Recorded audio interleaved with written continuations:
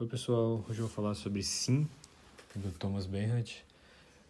Um livro curto, tem em torno de umas 120 páginas, acho que é exatamente isso, 120 páginas. E é um livro interessante, tem um dos finais assim, mais perturbadores que eu já li, né? Obviamente você já espera uma história pessimista vindo do Thomas Bernhard, né? Eu já resenhei aqui pro canal O Náufrago e... É só O Náufrago do Thomas Bernhard. Tem também o Asco, que é do Horácio Moya, que ele coloca... Ele é expressamente assim inspirado no Thomas Bernhard. Inclusive o Thomas Bernhard tem um personagem da história que ele vai usar esse pseudônimo de Thomas Bernhard, né? Então tá até no subtítulo, o nome do livro é Asco, Thomas Bernhard em Salvador. Vou deixar na descrição esse vídeo e também do Náufrago, que são dois livros que eu considero até melhores do que Sim, que eu vou resenhar agora. Mas eu gostei de Sim também, muito por causa desse final, que eu achei realmente muito, muito perturbador e muito marcante, assim. É um livro realmente muito, muito pessimista, assim.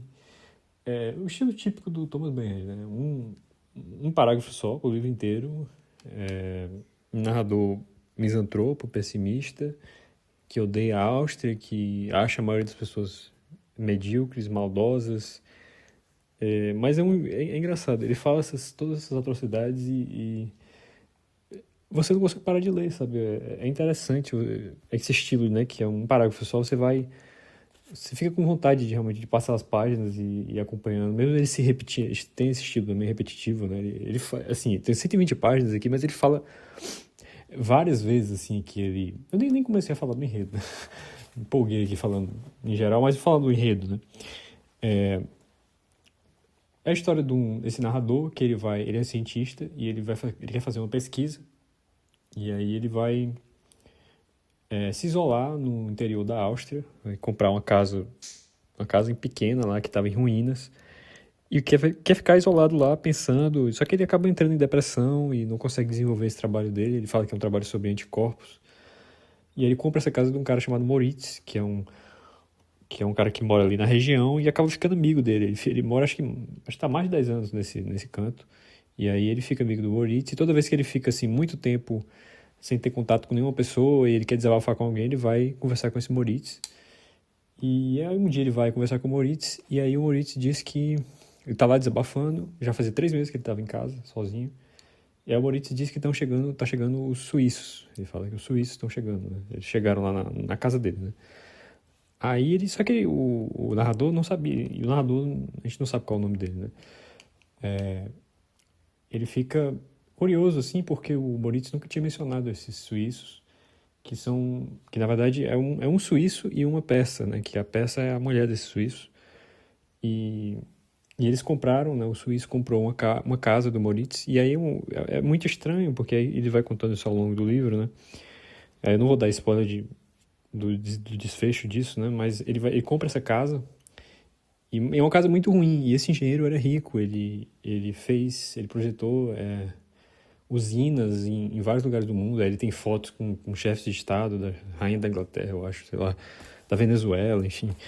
Aí o Maurício não entende, nem o narrador entende porque que ele comprou essa casa tão ruim, num lugar péssimo, um preço até caro, num lugar tão ruim, que era um lugar assim meio escuro, que fazia muito frio, ficava muito úmido também, ficava encharcado.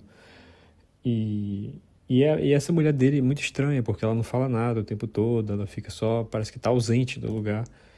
E aí o narrador combina de dar uma caminhada com ela lá pela uma floresta que tem perto.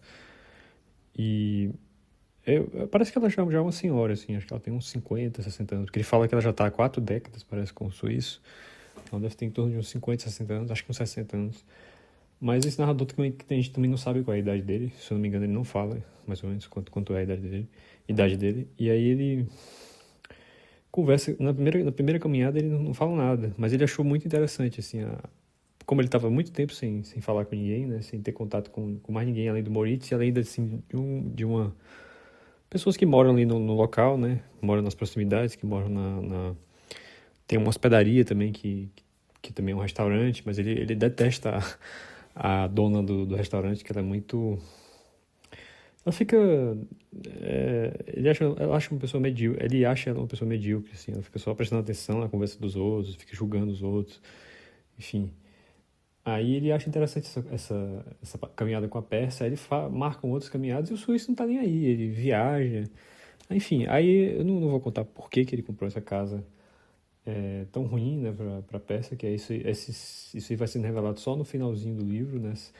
E acho que é o melhor momento do livro realmente são mais ou menos umas 15 páginas finais, e aí tem esse final que é assim, realmente impactante, assim,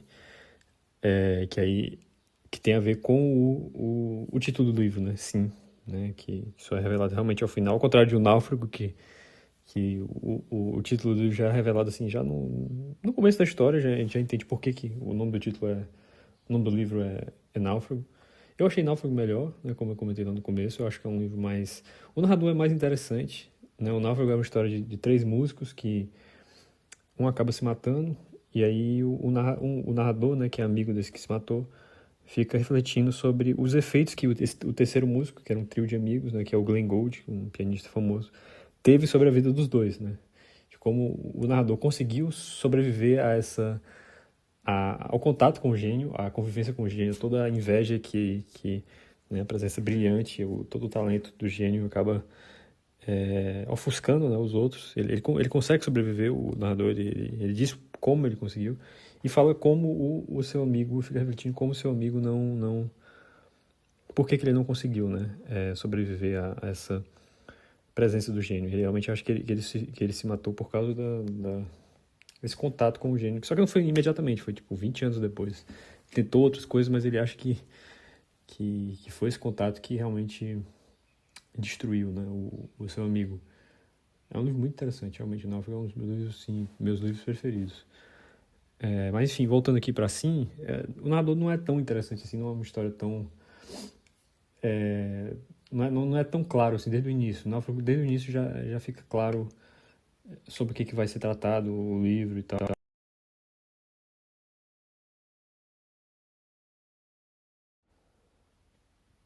Então, sim, tem até mais surpresas, de certa forma, mas eu acho, no geral, um livro menos interessante que o Náufrago. O Náufrago é um dos meus livros preferidos.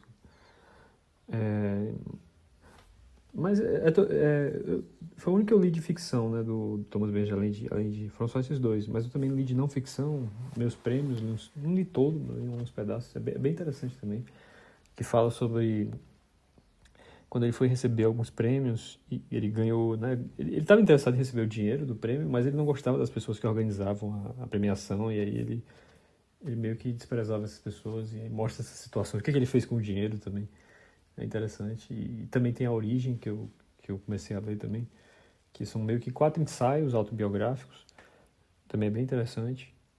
Mas o Thomas Benjamin realmente é um autor que eu tenho vontade de ler muita coisa, né? Tem Mestres Antigos, que parece ser bem interessante, Extinção, Derrubar Árvores, né? Uma Irritação. Tem muito livro dele também que só tem edições antigas, né? Tem Perturbação, que é um livro que eu até olhei na estante virtual, mas é bem caro, assim, não tem publicação nova. Esse sim, acho que foi o mais recente que foi publicado dele aqui do Brasil, pela Companhia das Letras. Todavia tem umas edições também.